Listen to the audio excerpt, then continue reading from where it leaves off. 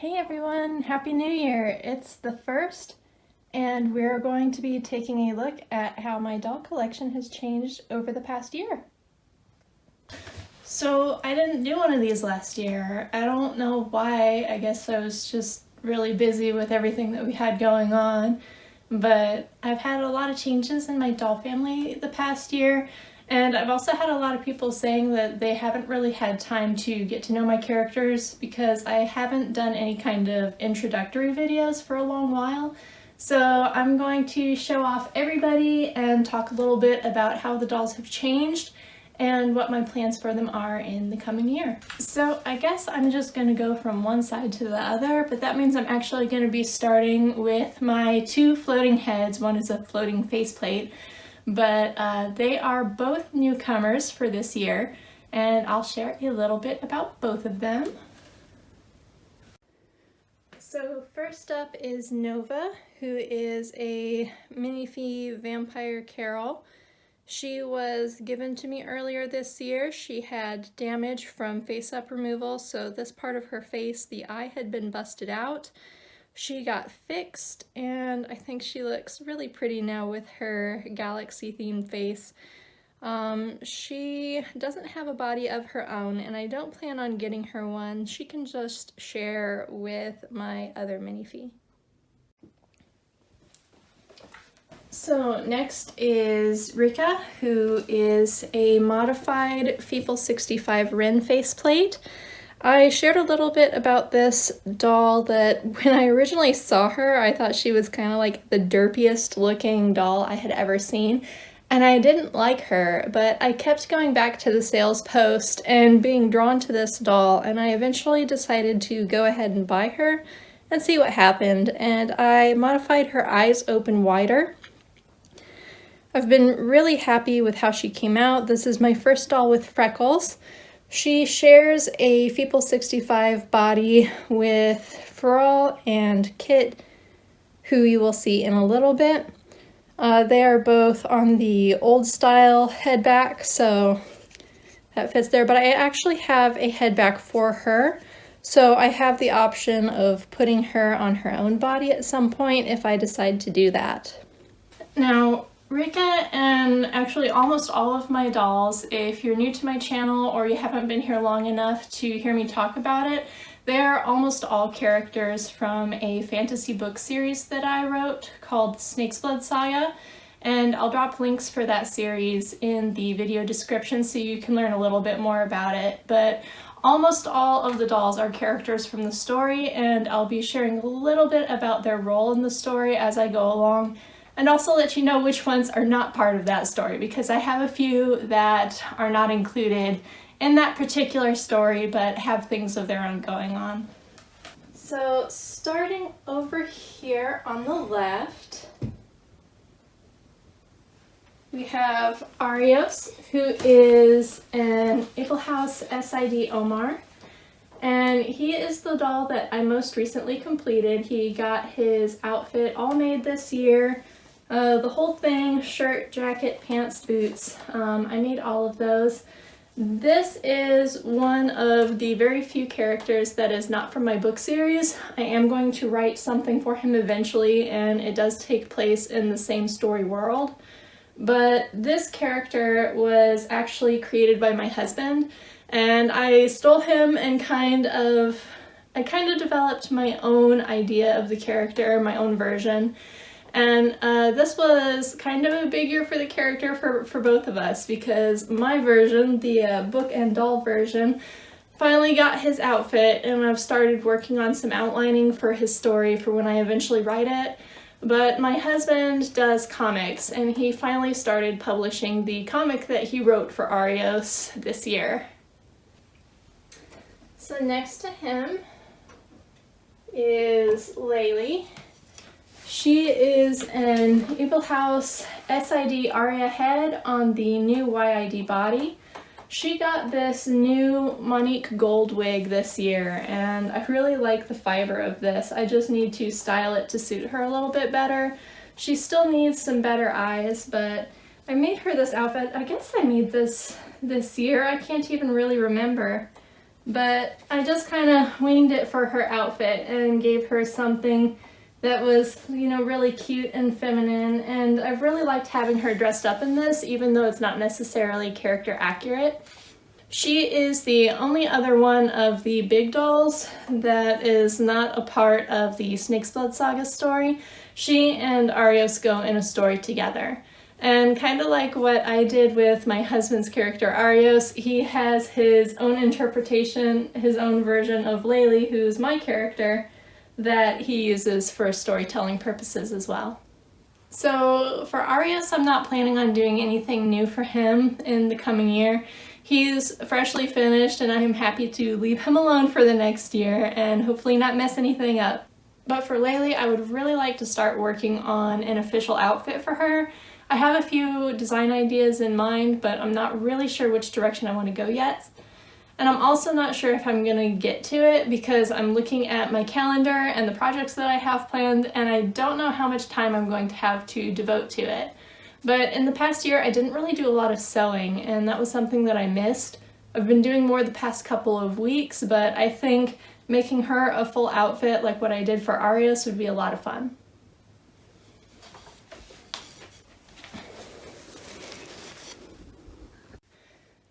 Okay, so this is Cornelius, and he is a pet doll. He's a doll family Bobo fish.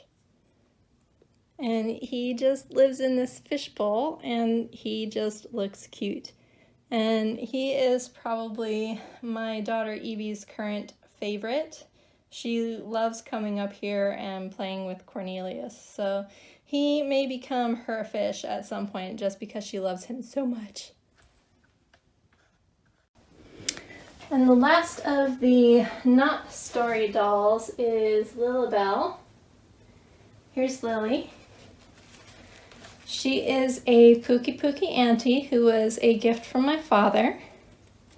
And she also is not a part of any books that I've written, although I may write some cute little stories about her at some point. Mostly I use her for photo stories just because she's really adorable and she's fun to pose. And I've sort of created this idea that she is a flour fairy, as in F-L-O-U-R, and she's a baker who makes magic cupcakes and things like that. So that's a lot of fun. She probably needs some attention this year. I've got her dress here that was made recently, but she really needs a new wig. My cat got this at some point in the past year, and she tore off one of the wefts for the part. So there's just like this big hole right here, and I'm not sure that I can fix that easily. So at some point this year, I need to make her a new wig, and I think I might make her one that's a little bit smaller because this one is as long as she is tall, and that kind of gets in the way sometimes. So she is not a character doll, but I like having her here with the crew, and I especially like putting her with Roon because I think it's adorable that she fits in his hand. So I guess I'll introduce the big ones first because the little ones don't make sense without the big ones.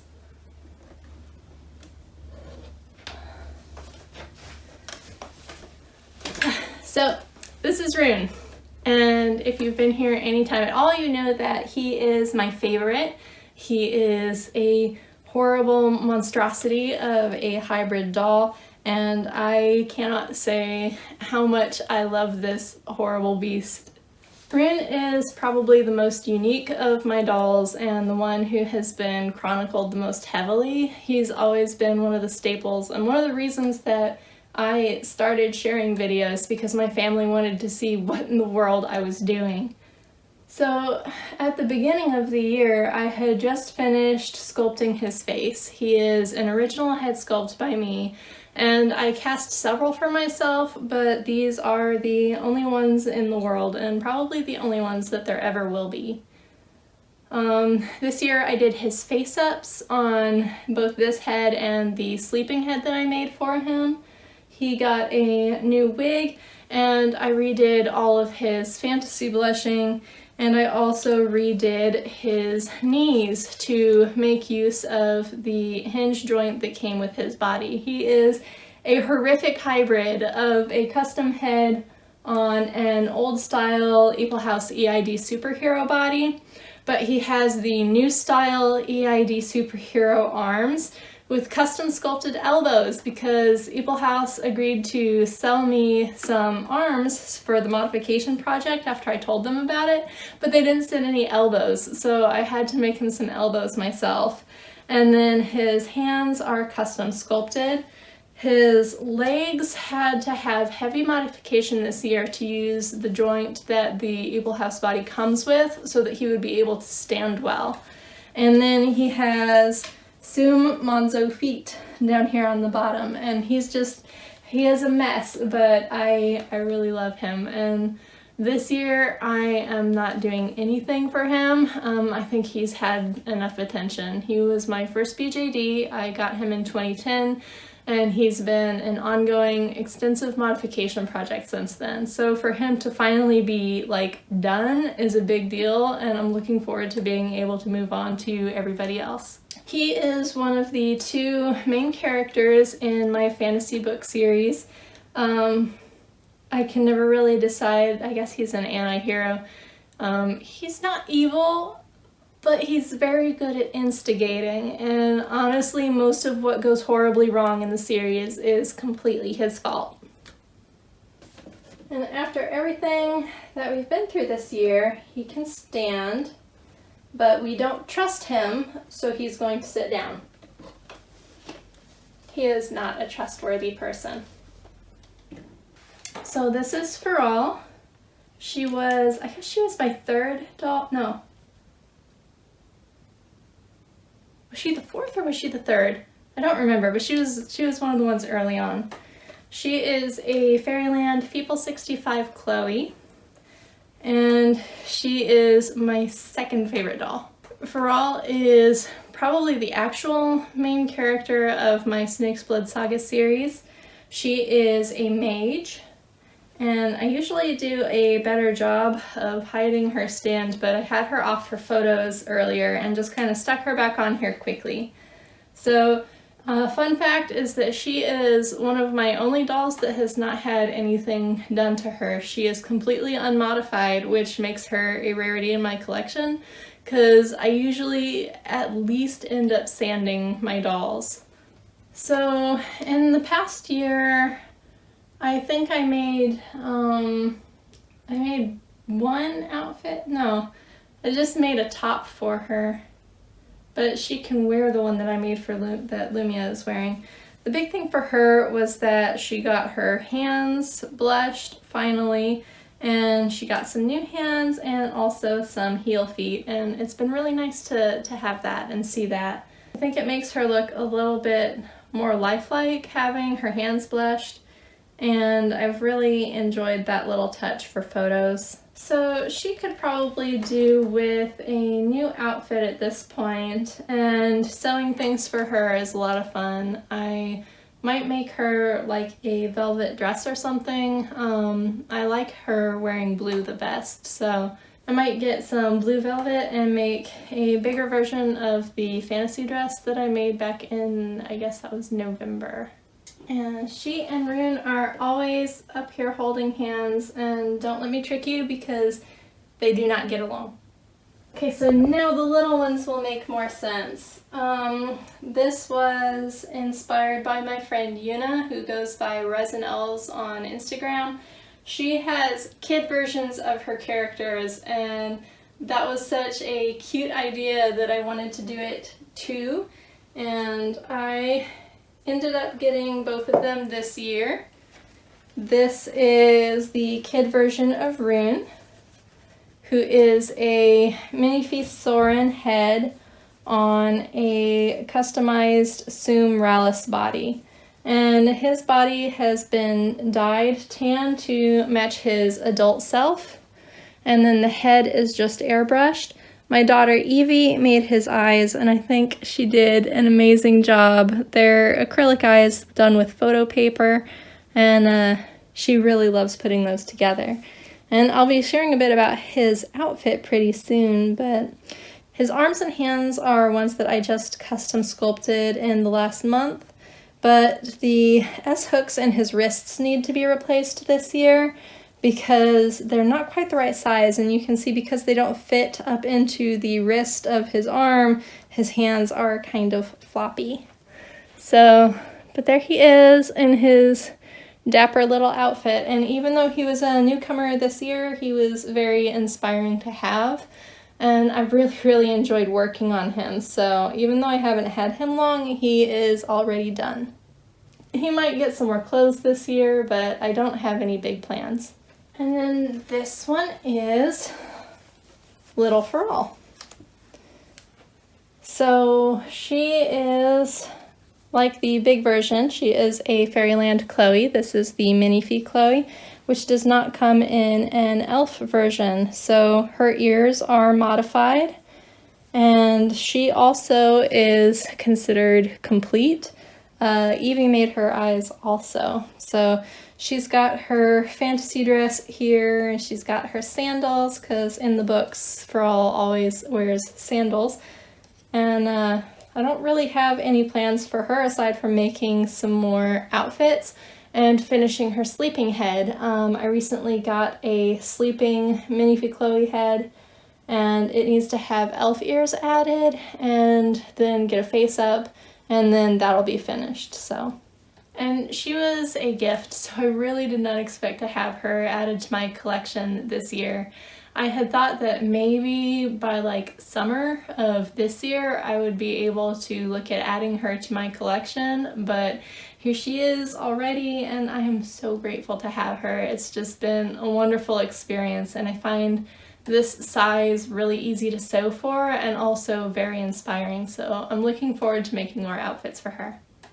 And she really needs to be restrung because I did not do a good job of it this year, but this is Kit, Katina from my books. She is For All's best friend, and she's just going to be very floppy. She is a yellow rank mageling, as you can tell by her robes that I have made for her here. I'm going to be working on this outfit a little bit too. She really needs to have some cuffs that snap on over her sleeves. I had made some like that for All's green robes, and I think Kit would really benefit from having them. She is a Fairyland People 65 Saiyan. I think at one point, a chat group had decided that maybe it was supposed to be Cheyenne. I have no idea how her name is said. She was kind of an unexpected addition to my collection in that I had already bought a People 65 Ein faceplate that I had shared customization of to make into this character. But over time, as I saw the Ein faceplate next to For All, I thought that Ein and Chloe looked way too similar, and they looked more like sisters than best friends, so I wanted a little bit more difference between their faces. So my friend had her People 65 Saiyan shipped to me because shipping to her country was unavailable at the time that she purchased the doll secondhand. And after her doll got here and I saw her and For All together, I thought, that's it, that's what Kit is supposed to be. So, and when I got the doll, it came with a sleeping faceplate on the head back, and there was no open-eyed faceplate. And I had planned on doing an eye-opening modification because I had already done that with the Ein faceplate that I had, and it was no big deal, but it was also a lot of work, and I'm kind of lazy, and I didn't really want to do it. So I held off, and very suddenly at some point a full Saiyan head ended up coming up for sale, and I was able to get it. I was very fortunate to be the first person in line for that doll head. And so she has both the open-eyed faceplate and the sleeping faceplate, and I'm so excited that I have that because in the past year I've come to realize that I really love having the sleeping faces for my dolls. I feel like it adds a lot to the photos, and they're just fun to have. So aside from getting restrung, Kit is going to need some adjustments made to her wig because it doesn't really fit very well. I'm not sure if I need to add some padding to the back of it, or maybe hem the edge of the wig cap a little bit so that it fits more securely around her ears. I think the ears are the main problem because she does have the elf ears. They're a little bit bigger, and they do kind of impede the way that the wigs fit. She could probably stand to have some more clothes, and she needs some new eyes. She just has some temporary acrylic ones, and I think I would like her to have some resin eyes at some point. Next is Lulu, and she is a Fairyland Little Fee Chloe, and I just finished making this outfit for her.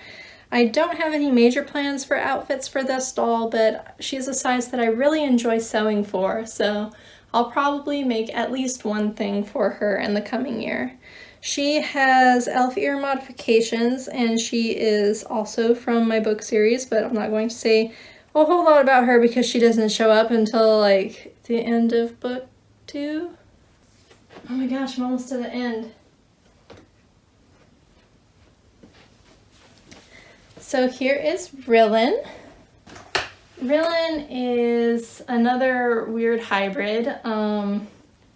You can probably tell from looking at him that he has a connection to Roone, which may not be quite what you expect, but he is on a Mayu doll body with resin sole sui legs and custom sculpted forearms and hands that I made myself. And then his head is a Lottie doll Ray Christopher, which has been discontinued for a very long time. And he was my Grail doll for a long while, and I was really excited to be able to add him to my collection. Brynn really could stand to have a new wig. His eyes are probably good. They glow slightly in the dark. They have glow powder in them to make them glow in the dark, which I think is really neat, but I would like to give him LED eyes like what Roone has. His wig should really be a little bit darker. The fiber that I used for the wig actually was kind of an accident. It didn't dye as darkly as it was supposed to, but I thought the color was really pretty, so I used it anyway. So it's a little bit redder than what his hair really ought to be. So he should have, it should be more of like a mousy brown. Aside from that, he needs more clothes, but as far as like mods go and everything, he's complete and has been for a little while. And I'm actually really excited to be looking at my collection and see how many of my dolls are now done, because for a long time it felt like I didn't really have anybody complete and ready to show off. And they all look really put together right now. I'm very excited about that. So then this is Invessi, who is the Archmage of Kurban Temple, where Feral and Kit train, and she will not stand up, so that is the first of the things that I need to work on for this doll this year. She really badly needs to be sueded and probably wired to help her stand up. She's very, very not posable right now. She's on an old fantasy doll body that I got really, really cheap because it needed to be completely refinished to eliminate yellowing. And I airbrushed her head to match her body. Her head is a Soul Doll Paratisi head that I modified to give elf ears. And she got her new wig here recently, and she's also got some shoes now, so that's nice. But the big thing for her is going to be making sure she's able to stand. I also want to make her some more outfits, maybe a dress. I've toyed with the idea of trying to get a different body for her, but I'm not positive that's something I'm going to pursue just because it would be really expensive. And honestly, this character is just kind of like an accessory as far as photos go, so she doesn't need to be perfect. She doesn't have to perfectly match the description of the character in the books to make her appearance in photos and look nice for that. So if she's not a perfect match, it doesn't bother me as much as it would with these guys back here. So yeah, maybe more wigs, better styling for her wig, new outfits, and figuring out how to get her to stand. But if I can get Roone to stand, then I should be able to do something with this body. Back here is Vaughn, who just got new boots, and you're not gonna get to see those boots again until the unboxing video where I actually open them up. But Vaughn is, man, boy, how do I even describe your role? He is an errand boy. He's a soldier that gets stationed at the temple eventually and befriends the troublesome trio over here. Vaughn is an SID Claude, and I modified his ears to be a little bit pointy. If I was going to redo them, I would probably make them a little bit bigger, but I'm overall satisfied with this doll, so I don't plan on doing anything to him. And he also has some damage. He has a crack in his eyelid from a face-up removal that went wrong. So I don't really want to remove the face-up because I know that's going to be very bad for that crack. So we're just going to kind of coast along as he is for as long as we can, I think. I have been meaning to make him an outfit and make him some armor for like forever. And I think that's probably something that I'm going to try to move up on my schedule, my list of goals for the year, because he's been hanging out in this outfit pretty much since I got him, with the exception of the new boots. So that's been a while, and he really needs an upgrade. Over time, his wig has also kind of lost shape, so I'm going to either need to restyle it really well or consider making him an updated wig. Last of the dolls here, but not the last one I'm going to show you, is Lumia. Lumia is an Impel doll Lydia, and she is a great doll because her character doesn't really wear shoes, so she's the only one of my dolls that I feel no guilt about her being barefoot. So if Roone is an accidental antagonist, she is very much a deliberate antagonist. She really needs to have a new dress made because she's supposed to be wearing red, and I had made her a really pretty red halter dress. And then when I was dressing her, the very same day that I made it, I tore it. And that rip has gotten progressively worse through the year and a half or whatever it's been since I made it. So she really needs to have a new dress made. Other than that though, she's done. She doesn't really need anything done to her. I'm happy with her wig. She might get some resin eyes at some point. She's just wearing like little temporary acrylic ones that I had made.